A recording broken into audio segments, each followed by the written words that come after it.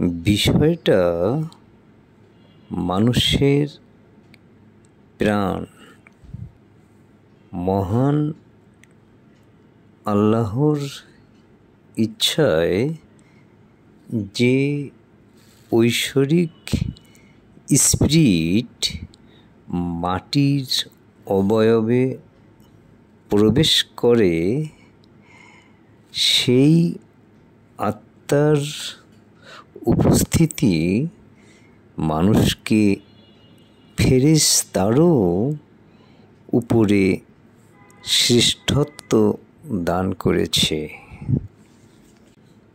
মানুষ তার বেড়ে ওঠার সংস্কৃতিতে, পরিবেশে, গণ্ডিতে, আচরণিক শিক্ষায় অভ্যস্ত হয়েই কর্মের মাধ্যমে নিজের পছন্দের প্রকাশ ঘটায়। কিন্তু সে কোন পরিবেশে জন্ম নেবে তা তার জানার কথা নয়। তবে কেন সে শ্রেষ্ঠ সেটা বুঝতে পারলে নিজের প্রকৃত অবস্থাটা একবার উপলব্ধি করতে পারলে তখন কেবল ভালো কিছু করার অনুপ্রেরণাই তার হৃদয়ে উকি ঝুঁকি করতে থাকে। আমরা কেন এত অমানবিক হয়ে চলেছি? কেন এত বর্বরতার অন্ধকারে নিজেদের গৌরবান্বিত পথ হারাতে বসেছি? করছি শ্রেষ্ঠত্বের অপব্যবহার। বিচারবিহীন হত্যাকাণ্ডের মতো এত নৃশংস, বর্বরোচিত, হিংস্র আর কি হতে পারে? এর চেয়ে আতঙ্কের আর কি কিছু আছে? আর যেন সহ্যই হয় না এত কষ্ট, এত অসহনীয় বেদনায়।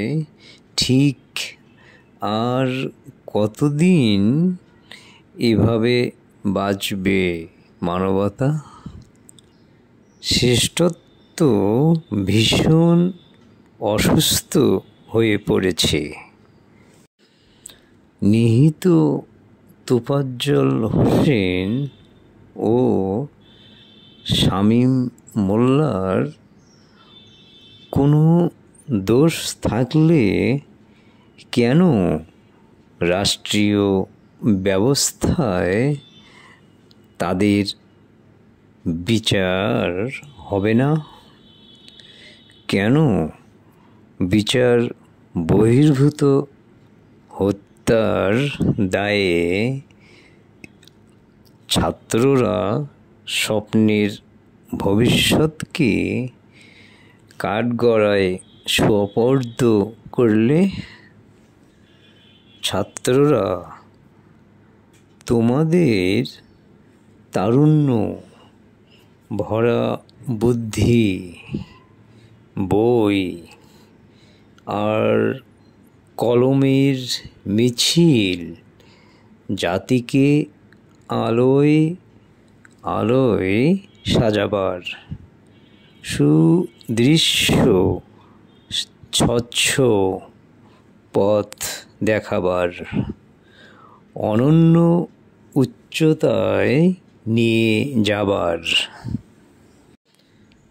নিন্দনীয় কোনো কিছু ছাত্রদের দ্বারা ঘটুক, এটা যেমন তোমাদের বাবা মা চায় না, তেমনি এ জাতির কেউই কখনো আশা করে না।